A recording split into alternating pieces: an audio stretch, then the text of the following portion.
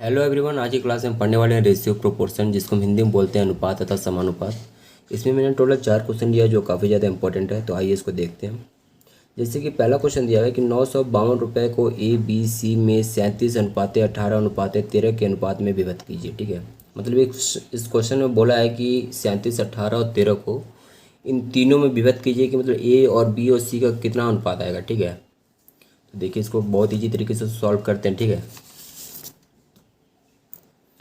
जैसे कि यहाँ पर बोला है कि 37, 18, 13, तो यहाँ पर क्या करना है कि 37 ठीक प्लस 18 प्लस 13। ठीक है, इन तीनों को अगर प्लस करेंगे तो कितना आएगा, तो 8 7 15 होता है, 15 16 17 18, 18 का 8 और 1, तो 3 1 4 5 और 6, मतलब टोटल निकल कर आया कितना 68।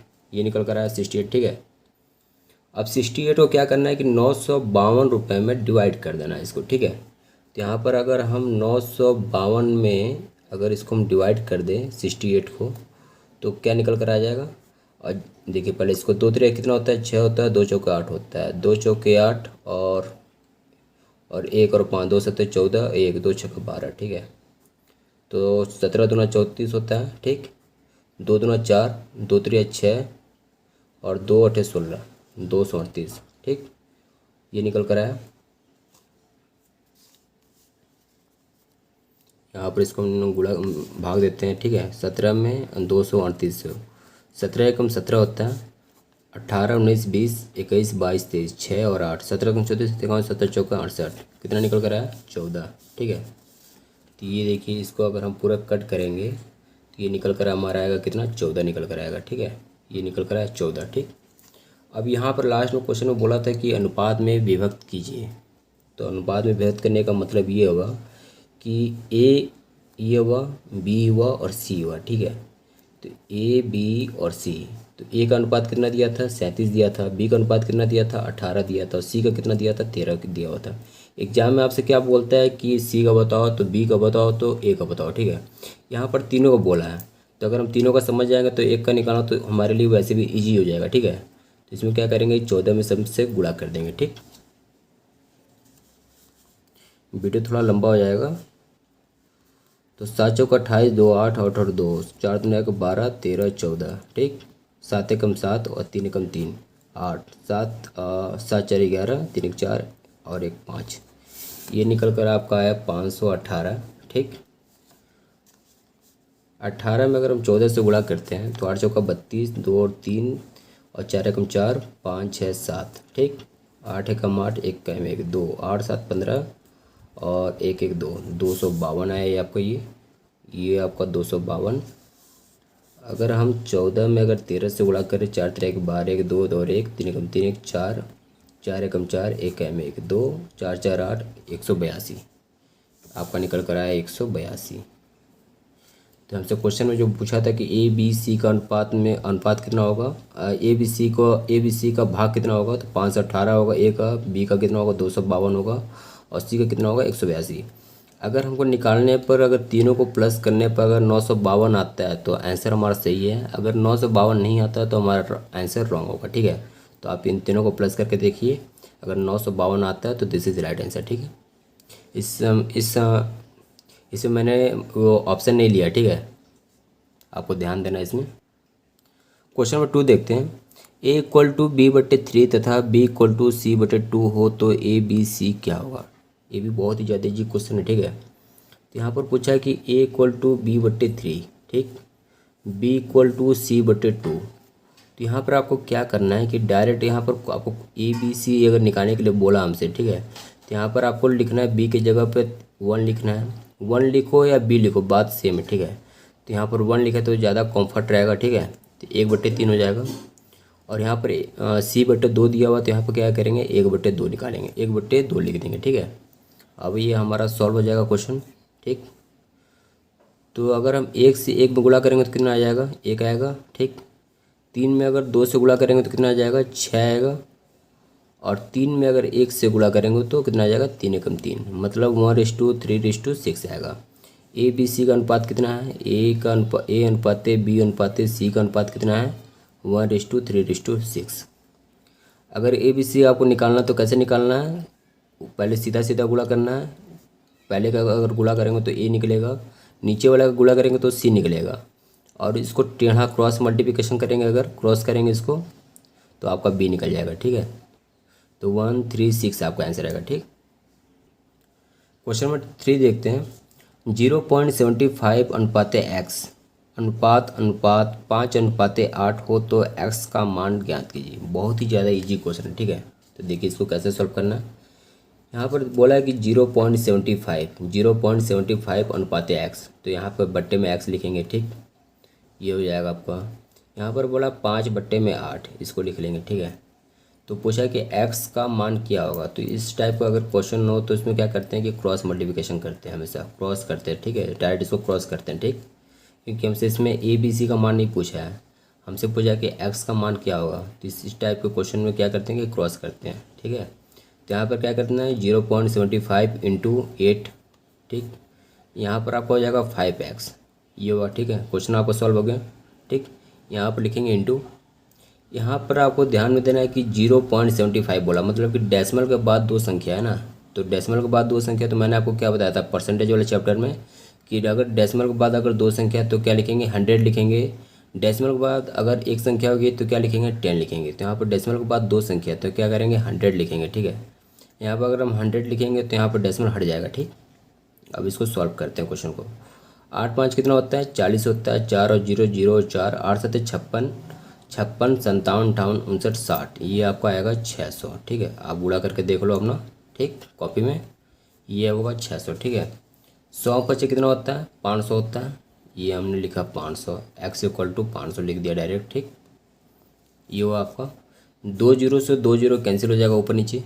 ठीक, अब ये बचा आपका 6/5, 6/5, 5 से 6 में गुणा करेंगे तो कितना आ जाएगा 1.2 आएगा। ठीक, आप गुणा कर भाग करके देख लो। इसमें 5 एकम 5 बचेगा 1, और 1 और डेसिमल डालेंगे तो आएगा 0, 5 दूना 10, तो 1.2 आएगा। ठीक है, दिस इज राइट आंसर। तो क्वेश्चन नंबर 4 देखते हैं। ये जो क्वेश्चन एग्जाम में काफ़ी बार देखने को मिला है, कभी कभी एग्जाम में आता है, कभी कभी नहीं आता है। ठीक है, तो पर हमको इसको क्या करना समझना बहुत जरूरी है इस टाइप के क्वेश्चन को। ठीक है, तो समझते हैं पहले। एक थैली में 1 रुपये 50 पैसे तथा 25 पैसे के सिक्के 5:9:25 के अनुपात में हैं। यदि थैली में कुल धन 1008 रुपये हो तो विभिन्न प्रकार के सिक्कों की संख्या ज्ञात कीजिए। ठीक है, ये क्वेश्चन है। ठीक, तो सबसे पहले हमें ये ध्यान में रखना है,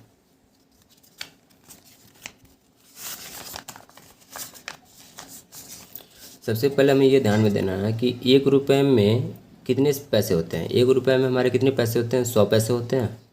1 रुपये में 100 पैसे होते हैं। ठीक, तो यहाँ पर आपको क्वेश्चन में दिखाई दे रहा है कि पहला बोला 1 रुपये है, मतलब 1 रुपये बोला। ठीक, मतलब 1 रुपये हुआ। ठीक, दूसरा बोला 50 पैसे, तो 50 पैसे बोला ना, तो दूसरा क्या बोला 50 पैसे बोला, तो 50 पैसे। ठीक, तीसरा क्या बोला 25 पैसे।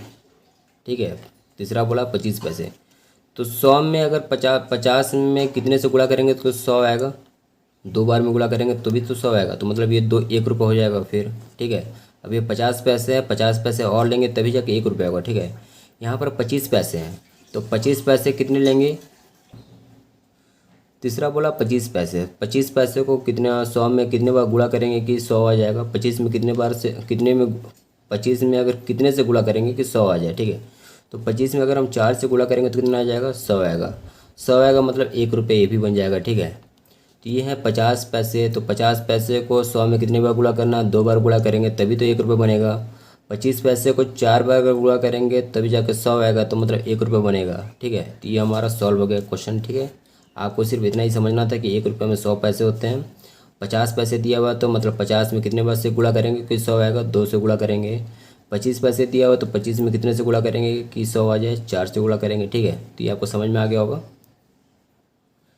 तो देखिए इस क्वेश्चन को, तो यहाँ पर बोला है कि 5:9:25 के अनुपात में। ठीक है, पैसों की संख्या अनुपात कितना है 5 है, 9 और 25 है। ठीक है, तो सबसे पहले लिखेंगे 5, 5 बट्टे में 1 रुपये बोला है तो 1 रुपये लिख देंगे। ठीक है, 1 रुपये हो गया हमारा। ठीक, फिर कितना हुआ 9 दिया हुआ है तो 9 लिखेंगे। 50 पैसे को 100 में गुणा कर, अरे 100 बनाने के लिए इसमें कितने से गुणा करना पड़ेगा 2 से गुणा करना पड़ेगा। ठीक है, तब जाके 1 रुपये बनेगा ये। तो यहाँ पर नीचे लिखेंगे 2, ठीक है।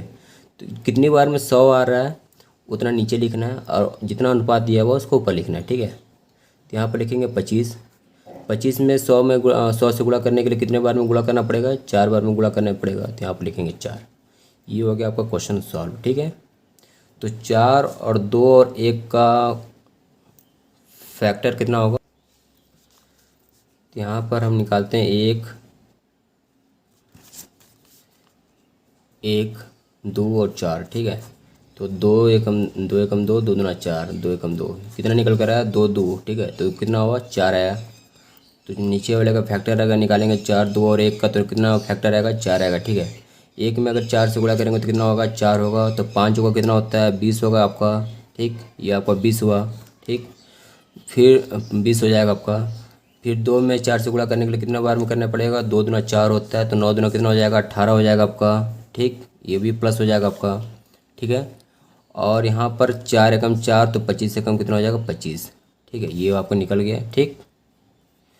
तो 20, 18 और 25 को अगर हम प्लस करेंगे तो कितना हो जाएगा? 8 8 9 10 11 12 13, ठीक है।